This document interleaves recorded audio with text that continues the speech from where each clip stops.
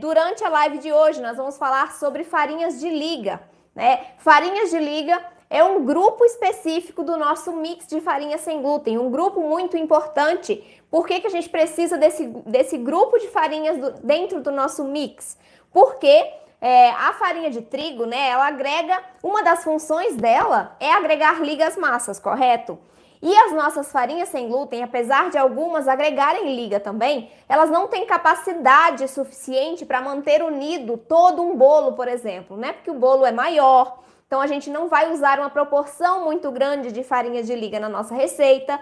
A menos que a gente equilibre muito bem essas farinhas, a gente não consegue, né, agregar liga o suficiente com as farinhas de estrutura, por exemplo, farinhas de maciez e leveza. Então, as farinhas de liga, elas entram dentro do nosso mix, dentro dos nossos preparos de pães e de bolo sem glúten, para ajudar a manter os demais ingredientes unidos, né, para que o nosso pão permaneça unidinho, né, sem esfarelar depois que ele está assado, tá bom? Então, nós vamos tratar sobre esse tema hoje. Se você tiver dúvidas sobre esse grupo de farinhas, sobre os outros grupos de farinhas ou qualquer outra dúvida relacionada a pães e bolos sem glúten, por favor, deixe no chat, que após o conteúdo eu vou responder as suas perguntas, tá? E hoje também eu vou fazer uma experiência aqui com vocês para demonstrar essa capacidade de liga das farinhas, tá? Eu tenho aqui já a minha farinha separadinha, olha só, que é uma das farinhas de liga. Essa aqui é a farinha de linhaça, eu acabei de fazer aqui no liquidificador, então eu triturei a semente. Então eu tenho aqui a farinha de linhaça, eu vou misturá-la em um pouco de água para mostrar para você como que as farinhas de liga atuam dentro das nossas massas de pães e de bolo sem glúten. Então, para que aconteça esse processo, né, de viscosidade, para que essa linhaça se torne um gel, eu já vou colocar aqui na água, tá? Enquanto a gente vai conversando sobre essas farinhas, e aí depois eu vou te mostrar o resultado. Então aqui nesse copo eu vou colocar uma colher de sopa de farinha de linhaça, tá? Pode ser a farinha de chia, que também é uma farinha de liga. Então, vamos fazer aqui a experiência. Para cada colher de sopa, eu vou colocar de água, de farinha, né? Eu vou colocar uma colher de sopa de água. Então, como eu tenho uma colher de sopa de farinha de linhaça, eu vou colocar 3 colheres de sopa de água, tá? E nós vamos deixar aqui essa farinha paradinha para você ver como fica depois de um tempo, tá bom? Então, misturei aqui. Vou deixar aqui reservado e daqui a pouco eu retorno para te mostrar como ficou essa misturinha, tá? Bom, vamos lá. Boa noite, Suzana, Maria Isabel, bem-vindas. Hoje nossa live começou um pouquinho mais tarde, né? Que eu tava fazendo um treinamento, na verdade nem terminou ainda, mas eu vim aqui falar com vocês, cumprir esse compromisso, né, de fazer a nossa aula de aquecimento. Então vamos lá. O que são as farinhas de liga? As farinhas de liga, elas têm essa função principal de dar liga, né? E elas atuam nas nossas receitas com essa função principal. Não é somente essa função que as nossas farinhas de liga contribuem, né? Não é somente com essa função que ela contribui para as nossas massas. As farinhas de liga, né, algumas delas, além de liga, também proporcionam maciez, também proporcionam umidade nos pães e nos bolos, ajudam a manter os produtos úmidos por mais tempo. Então, um pão que leva, por exemplo, a farinha de linhaça, né, em quantidades suficientes ali associada aos demais ingredientes, ele tende a ressecar com menos rapidez, né? Então ele se mantém úmido por mais tempo, se mantém unido por mais tempo. Por que que quando a gente tem uma falta de umidade na massa, essa massa tende a esfarelar, né? Porque a liga, ela precisa da água. Tanto que, por exemplo, aqui eu coloquei a farinha de linhaça na água para diluir. Então, as ligações ali entre as moléculas, ela acontece no meio líquido. Então, eu preciso da água, da umidade, para desenvolver a liga e para manter essa liga, tá bom?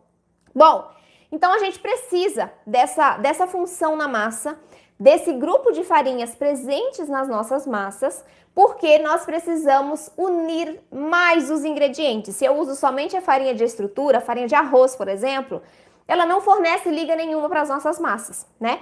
Então, se eu faço um pão só com farinha de arroz, ele vai esfarelar, porque eu não tenho liga ali. Então, eu preciso incluir uma farinha de liga, certo? Que mais? Vamos falar sobre quais são as farinhas, né? Vamos falar um pouquinho de cada farinha. Dá uma mexidinha aqui para misturar um pouquinho mais essa farinha. Vamos começar falando do mais comum. Qual é a farinha que a gente mais usa, que a gente mais vê nas nossas receitas sem glúten? Né? A farinha de liga, o polvilho doce. O polvilho doce é uma farinha bem comum, né? Mais fácil de a gente encontrar nos supermercados, por isso que é a mais usada também para essa função. Porque o polvilho, ele tem um valor mais em conta quando a gente compara, por exemplo, com a farinha de linhaça, a farinha de chia.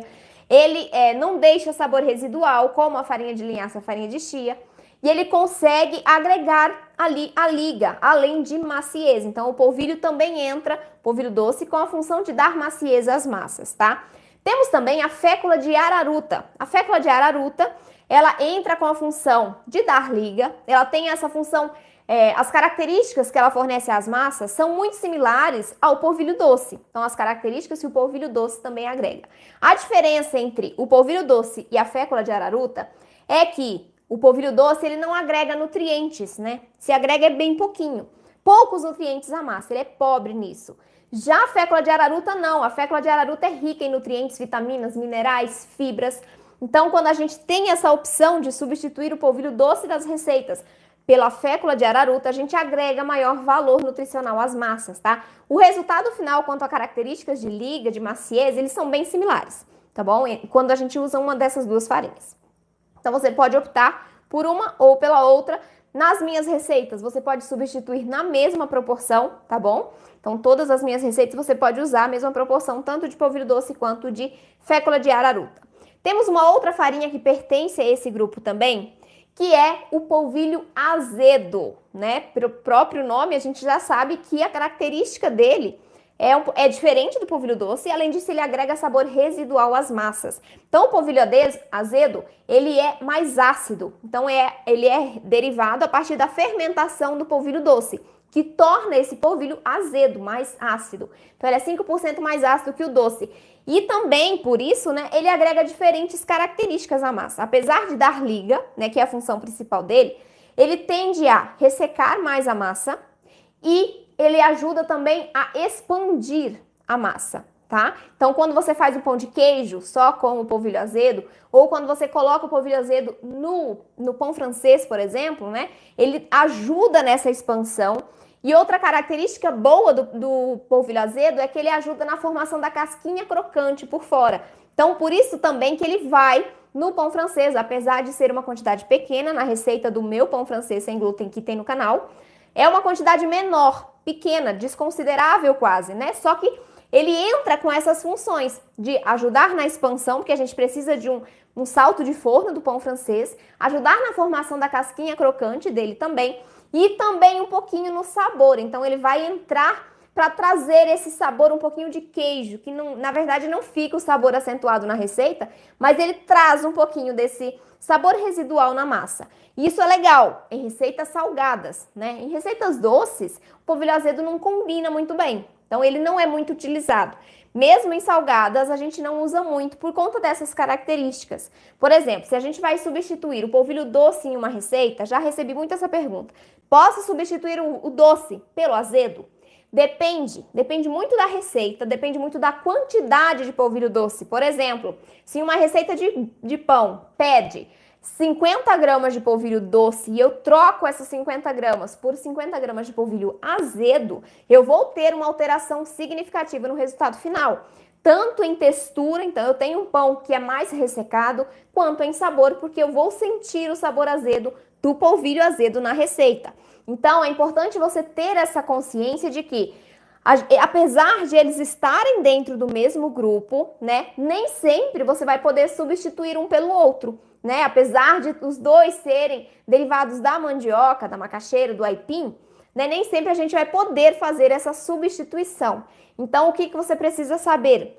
Que são farinhas diferentes, que agregam características diferentes, apesar de a função principal ser liga, né? E que o resultado final também vai ser alterado. Isso é muito importante. Inclusive, essa parte de conhecer as farinhas, né, de conhecer os ingredientes, ela compõe um dos pilares do meu método. Então, lá no meu método, você tem o pilar conhecer. Dentro desse pilar, você vai conhecer os fundamentos, as bases da panificação e da confeitaria sem glúten. Ah, mas você pode pensar, mas para que eu preciso conhecer a parte teórica? Basta ter uma receita equilibrada e executar. Geralmente, você vai acertar essa receita, mas e quando você não acertar, né? E outra coisa, quando a gente não tem esse conhecimento básico, esse conhecimento base por trás da receita, quando a gente faz uma receita e dá alguma coisa errada, a gente não tem noção do porquê errou aquela receita. Esse era um problema meu lá no início. Quando eu comecei a fazer receita sem glúten, eu não conhecia nada de ingredientes, não conhecia nada das farinhas, nem sabia que tinha tanta farinha sem glúten pra gente usar, tanta opção, né? Não sabia a diferença entre cada uma. Então eu pequei muito no início, eu errei muito no início por causa disso. Por quê? Porque eu pegava uma receita aleatória, fazia em casa, né? Replicava aquela receita e o resultado final não vinha como eu esperava, né? Não vinha, ou ficava seco, ou ficava duro, ou ficava com gosto de farinha de arroz, ou ficava parecendo areia quando eu estava comendo, quando eu usava só farinha de arroz. Então é importante conhecer. Depois que eu tive essa consciência, né, de que se eu quisesse fazer pães e bolos sem glúten que desse para comer na época, eu não queria nem que eles fossem perfeitos. Eu queria que eu conseguisse comer, porque eu não tinha opção, né? Então, o que eu percebi? Que eu tinha que ir atrás de fazer alguma coisa diferente, porque replicar a receita não estava funcionando. As receitas que eu pegava não eram equilibradas, então eu errava muito mais do que acertava. Quando acertava, eles ficavam mais ou menos, não jogava fora, mas não ficava perfeito. Então, depois que eu tive essa consciência, que eu tive essa definição na minha cabeça de que se eu quisesse fazer um pão e um bolo que funcionasse, que ficasse macio, fofinho, perfumado, né, que crescesse bem, eu tinha que fazer alguma coisa a mais do que replicar uma receita. E aí sim que eu fui atrás, estudar, né, conhecer os ingredientes, as funções. E por isso que isso está no meu método, porque é a base, é o que você precisa conhecer primeiro, né? Antes de você executar uma receita perfeitamente, você precisa conhecer o que tem por trás. Como ela foi desenvolvida, por que você usou aqueles determinados ingredientes, como que a combinação desses ingredientes proporciona um resultado final perfeito, né? Então, só esse parêntese, né? Que sim, é importante você conhecer as bases, e essa base está no primeiro pilar do meu método, tá bom? É muito importante. Muitas das minhas alunas, dos meus alunos, tinham dificuldade em executar receita. Por quê? Porque eles estavam acostumadas a replicarem receitas. E aí, quando alguma coisa, porventura, não dava certo, eles não sabiam como corrigir, como melhorar. Ah, se quisessem fazer alguma receita diferente, adicionar algum outro ingrediente na massa, eles não sabiam como fazer. E agora eles têm a noção, eles sabem o que eles precisam modificar na receita caso eles queiram um bolo de chocolate, caso eles queiram colocar uma castanha, uma farinha diferente na massa. Então, é essa consciência que eu quero, esse nível de consciência que eu quero que você tenha também, tá? Não basta apenas você pegar uma receita e fazer em casa. Pode ser que ela dê certo, mas pode ser que ela dê errado. Então, para que você garanta maiores chances de acerto, garanta que você não desperdice ingredientes, tempo, dinheiro, é importante você conhecer as funções, conhecer as farinhas que você mais usa. E é por isso que eu tô fazendo essas lives, né? Essa sequência de lives, eu tô trazendo os grupos de farinhas em umas lives e outras. A gente vai ter mais semana que vem sobre grupos de farinhas. Então é muito importante. E eu peço que você dê uma atenção especial para essas partes, apesar de serem teóricas, porque elas são a chave. É aqui, a partir do momento que você conhece o que você precisa colocar na receita, por que cada ingrediente dá essa característica, a partir disso é que você vai conseguir fazer os seus pães e seus bolos perfeitos sem glúten, tá bom? Assim como eu consigo hoje, assim como minhas alunas conseguem hoje também. E eu quero isso pra você, porque depois que a gente consegue executar uma receita, que você olha e fala, nossa, fui eu que fiz essa coisa maravilhosa, não tem preço fazer aquilo, porque depois que você vira a chave, você consegue fazer qualquer receita, tá? Conhecendo as bases, conhecendo as farinhas, os ingredientes, você consegue adaptar qualquer receita, que eu sei que é o sonho de muita gente, né? Adaptar uma receita de família, uma receita que adorava, que tem glúten e que hoje não pode mais consumir. Então, a partir desse conhecimento, você vai se tornar capaz de fazer isso, tá bom? Vamos para a próxima farinha. Vamos falar sobre a farinha de linhaça. Olha só, gente, eu já tenho o resultado aqui da minha farinha de linhaça. Olha o que aconteceu. Olha só, gente, vocês estão vendo? Deixa eu colocar mais próximo aqui da tela. para vocês verem o que está acontecendo com a farinha de linhaça. Olha isso, ela formou uma colinha, uma liga, uma mucilagem. Essa é uma solução viscosa que acontece com a farinha de linhaça, que acontece com a farinha de chia.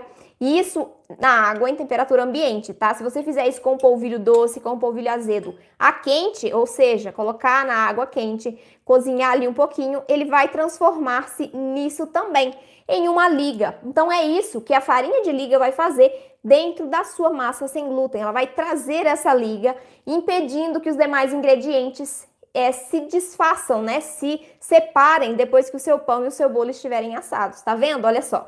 Foram o quê? 15 minutinhos aqui e eu já tenho uma solução viscosa. Essa capacidade é devido à mucilagem, um componente que tem na farinha de linhaça e na farinha de chia também. Tem no psyllium esse mesmo composto, chama mucilagem. E é um composto que consiste em, quando eu misturo essa farinha com a água, depois de um tempinho ela forma essa solução viscosa. Então é isso que a farinha de liga vai agregar às suas massas sem glúten, tá? É essa a característica. Então eu só queria mostrar para você como que acontece esse processo químico dentro da sua massa. E por que isso é muito importante? Para evitar que o seu pão e o seu bolo esfarelem, tá? Bom, a farinha de linhaça, ela é rica em fibras, né? Rica em ômegas 3, rica em ômega 6, rica em fibras, rica em proteínas. Então, é uma farinha que vai agregar liga, mas que vai melhorar muito o potencial nutricional da sua receita. Então, ela deixa sabor residual sim, se você colocar uma grande quantidade. Mas se você usar de 10 a 20% de farinha de linhaça dentro da sua receita, assim como 10 a 20% de farinha de chia, não vai ter um sabor muito forte, né? Ela vai agregar essa característica de dar liga para sua massa. Isso também ajuda na umidade, então a farinha de linhaça e a farinha de chia juntas ali ou separadas, não precisa usar as duas na mesma receita, elas vão trazer essa característica de liga e de umidade, mais maciez consequentemente. Então, por elas serem ricas em fibras, elas absorvem mais os líquidos. Por elas serem ricas em proteínas para os seus pães, para os seus bolos. Então, é uma farinha maravilhosa para você utilizar nas suas receitas para melhorar esse potencial nutricional do seu preparo, tá? Eu sei que muitas de vocês buscam uma alimentação saudável, muitas de vocês nem têm restrição ao glúten, né? Nem têm uma sensibilidade, estão aqui para melhorar a saúde de vocês e isso é muito importante. Então, para você agregar mais valor nutricional, você pode utilizar uma farinha de chia, uma farinha de linhaça nessa proporção aproximada que eu falei, de 10 a 20%. Tá, substituição. Eu posso substituir o polvilho doce por farinha de linhaça? Aí é que nós vamos entrar em um ponto. Por quê? Na teoria, eu poderia, né? Porque os dois pertencem ao mesmo grupo, os dois agregam liga. Com a farinha de chia e de linhaça, eu agrego mais maciez e umidade, mas a farinha de chia e de linhaça, elas deixam sabor residual na receita. E aí, se eu faço a substituição do polvilho doce na sua totalidade por farinha de chia ou de linhaça, eu vou ter um pão com um sabor bem forte, né, dessas farinhas, porque elas deixam o sabor residual. Se você não se importar, tudo bem, você pode fazer a substituição, tá? Se você gostar do sabor da farinha de chia, farinha de linhaça, você pode fazer a substituição. Se não, se você não gostar, por exemplo, se você pode colocar 20% do total de polvilho de farinha de linhaça, então você reduz um pouquinho a farinha branca, o polvilho doce, e agrega um pouquinho mais de farinha mais rica em fibra, né, que vai agregar valor nutricional para a sua receita. Então você pode fazer isso também dentro do grupo de liga. O mix do mix, né? Nós temos um mix do mix para farinhas de estrutura, porque a gente tem uma variedade muito grande, então a gente pode fazer um pequeno combinho de farinhas de estrutura para agregarmos ao mix.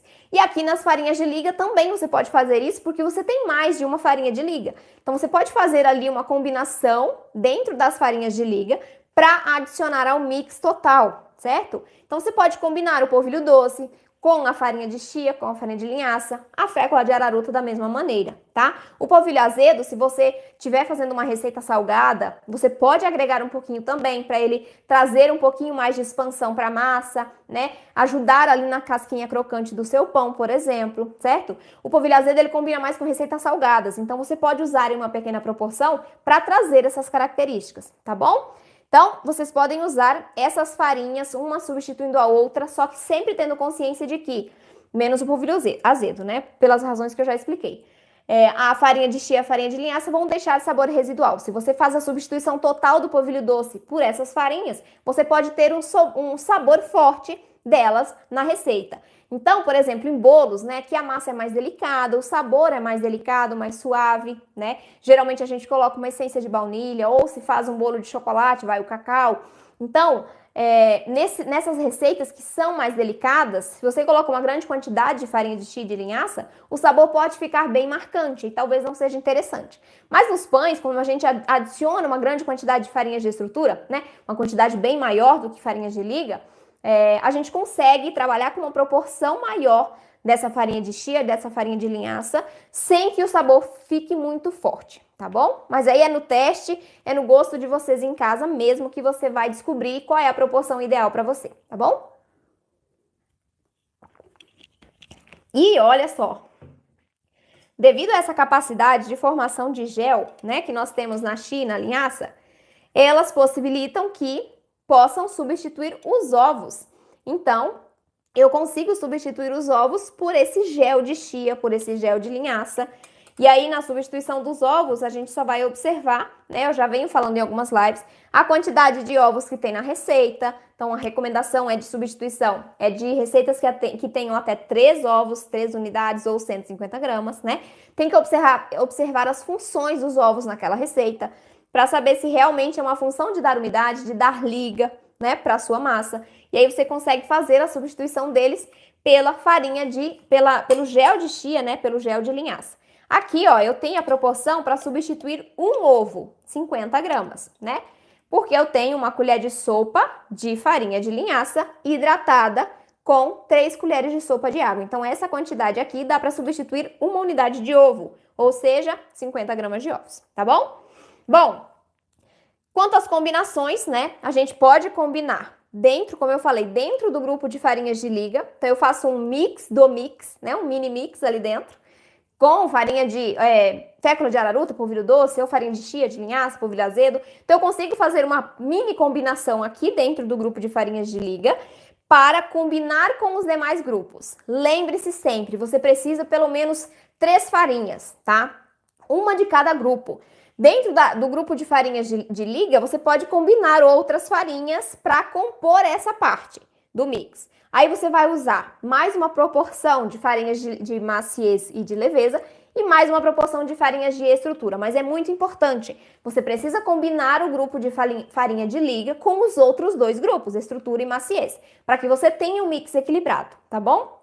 E aí é só observar as proporções básicas. Se você já tem mais experiência na preparação, você consegue modificar ali essa proporção, como eu já venho falando também, né? A partir do momento que você já tem mais testes, mais prática na receita, você já conhece as farinhas, né? Você sabe as características que agregam, qual a capacidade de retenção de líquido de cada farinha que você mais usa. Assim você consegue combinar com outros tipos de farinhas, utilizando a proporção correta de outras, né, dos outros grupos, para você combinar em um mix equilibrado para colocar na sua receita de pão e de bolo sem glúten, tá bom? Que mais? Você pode usar só uma farinha de liga, né? Eu uso geralmente o polvilho doce nas receitas. Tem algumas receitas que eu uso farinha de linhaça ou a fécula de araruta, mas você pode usar só o polvilho doce, da mesma maneira, não tem problema. É só combinar com os demais grupos, estrutura e maciez, que você vai ter um mix equilibrado, desde que dentro das proporções recomendadas. Tá bom, gente? E quais são essas proporções, então? Para o grupo de liga, a gente vai usar uma proporção de 20% para os pães e de 25% para os bolos, tá bom? Nos pães, a gente tem uma maior quantidade de farinhas de estrutura, né? Nós vamos ter uma live específica só sobre farinhas de estrutura na semana que vem.